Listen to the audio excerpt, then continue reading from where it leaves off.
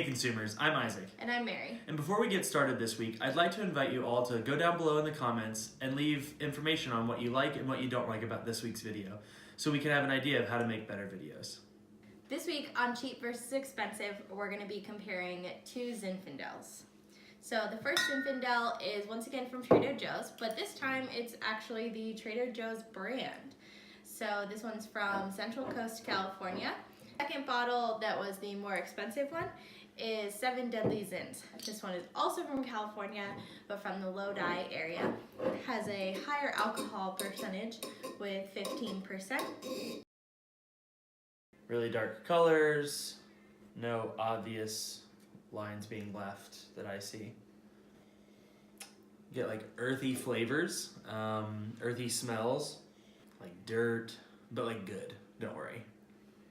Like growing plants, I don't know how else to describe it. It's just, I try to find like a unique flavor when I'm smelling. It's like vegetables. I don't know how else to describe it, but like cutting up vegetables as you're prepping for like a stew or something. Weird. All right, give this one a shot. I'm not a huge fan. Tastes like uneven flavors. I don't know, it's weird. I'm not a huge fan.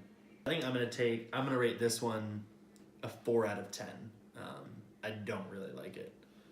This is really nerve-wracking because I've had 7 Deadly Zins before and I really like it. This one's a little bit more opaque than the stemmed was. I'm not getting a ton from the smell as far as fruit forwardness. Yeah, I'm not getting a ton from the smell here. This one tastes pretty plain.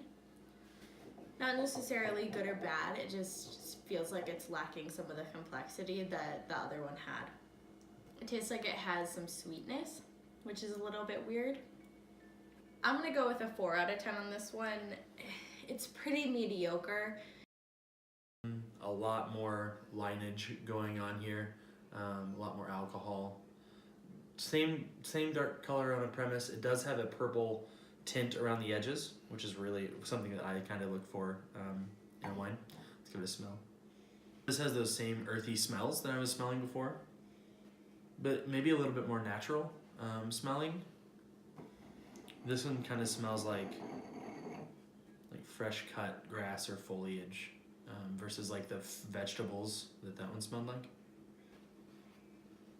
That one's more balanced. I feel like the flavors all make sense. You know how when you're drinking wine and you want it to go with a meal sometimes? This wine feels like when I drink it, I'm getting that experience just by itself. I taste like cooked beef and other like earthy stew flavors, I guess. I like this wine a lot more than this one. I'm gonna rate this wine a 7 out of 10. It's definitely a dark purple color. A little bit not as opaque as I expected, but you can't see it through it, so it's still pretty opaque. I'm getting a lot of ripe cherry, maybe a little plum, a little blueberry, and a little bit of vanilla. I'm gonna give it a sip. I taste a lot of the same flavors in the sip. It was pretty smooth and burns a little bit down my throat. I do like this wine. There's a little bit of spice in it, and a little bit of earthiness as well. Tastes maybe a little bit of mushrooms. So for this one, I'm gonna give it a 7 out of 10 rating. So with that, I'm gonna go with the stemless being the Trader Joe's wine and the stemmed being the 7 Deadly Zins. So during my tasting, I didn't really guess which one was which. I did rate them, and so I'm gonna say that this is the Trader Joe's and this is the 7 Deadly Zins. So now we can reveal to each other which wine we poured into which glass. So I poured the Trader Joe's into the stemless and the 7 Deadly Zins into the stemmed.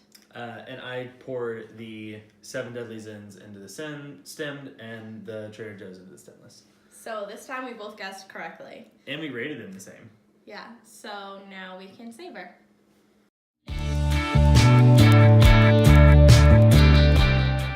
So now we can talk about ratings. Surprisingly, we actually rated both wines the same exact ratings out of 10. We both went for a 4 with the Trader Joe's wine and a 7 for the 7 Deadly Zins. How ironic. I think we both agree that in this case, the 7 Deadly Zins is definitely worth the extra money. Yep. To review price, this again was around $5, and this one we got for $15. I would probably spend that increased money every time. I don't know if I'll ever buy this wine again. It just wasn't that great. As far as availability goes, this one's probably only going to be at Trader Joe's, considering it's the Trader Joe's brand. 7 Deadly Zins is all over. It's widely carried at Target, Costco, grocery stores, so very easy to find. Yep. Approachability, Zinfandel I feel like is fairly approachable to most people. So if you see the word Zinfandel on a label, it's probably going to be something you might try. I think that the concepts behind 7 Deadly Zins being that allegory to sins is something that is intriguing, and then the white label from the Trader Joe's is plain enough to be to not scare anybody off. Thanks so much for watching this week's episode of Cheap versus Expensive Wine. Thumbs up if you liked it, subscribe if you loved it, and we'll see you on Wednesday. Drink more wine.